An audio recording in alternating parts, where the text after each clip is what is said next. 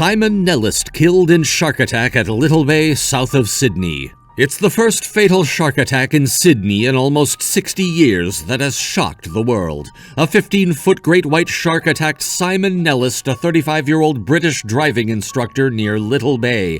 He was the first fatal shark attack victim in Sydney in 60 years. How did this happen? The rare footage has captured the horrifying moments, and these are terrible. The International Shark Attack File has classified this incident as provoked. What led to this classification? Are you curious about the reasons behind the shark's behavior and heinous attacks? Let's unravel the mystery and explore the details of this tragic event. Imagine a serene day at the beach turning into a nightmare. Simon Nellist, a 35-year-old British man, had made Australia his home. Known for his love for the ocean, he often took to the waters, embracing the waves and the tranquility they offered. But on one fateful day, the waters turned against him. February 16th, 2022. It was a fine day at Little Bay Beach in Sydney. There were families laughing, children building sandcastles, and the sun casting its golden hue over the waters. Simon Nellist, a former UK Royal Air Force serviceman and diving instructor, was there with a friend, enjoying himself. He was planning to marry the girl of his dreams, but his next great love was the ocean.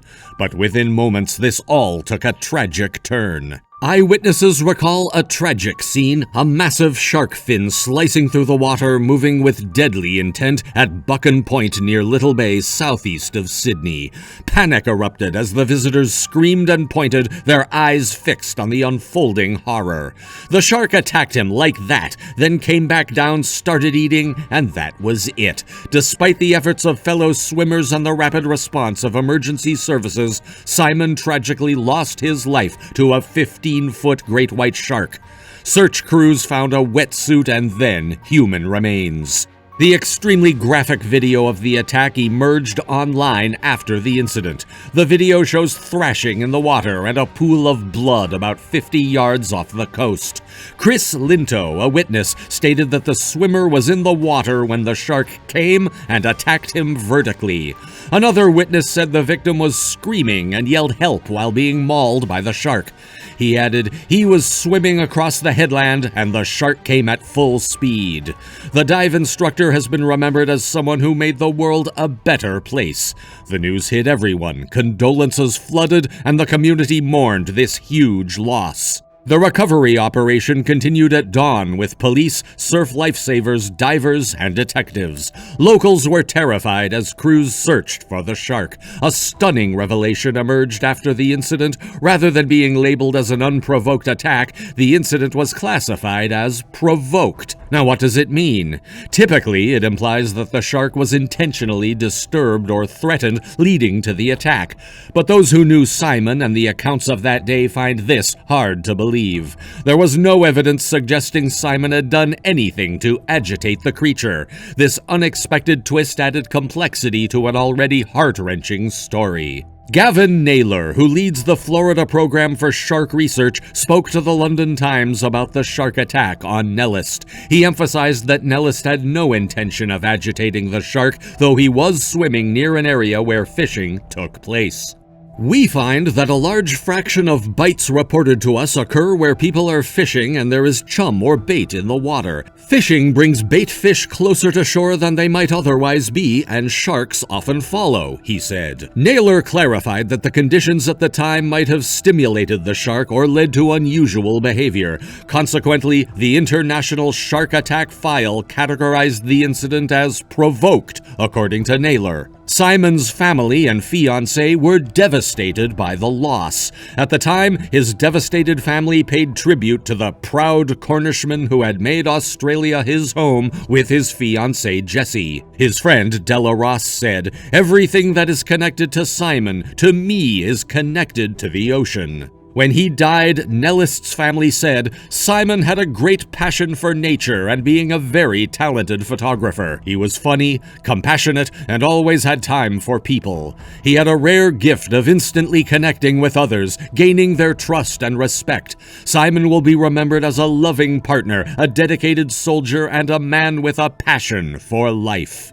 Do you know ISAF conducted investigations into 108 supposed attacks across the globe. They verified 57 instances of unprovoked shark bites on humans and confirmed 32 as provoked bites. That looks dangerous, isn't it? This sad incident horrified ocean lovers around the world. Hit the bell button to get notified about the latest updates regarding these disasters. What happened to the local beaches around there? Are you curious to know the upcoming shark safety measures? Keep watching as we are going to reveal it.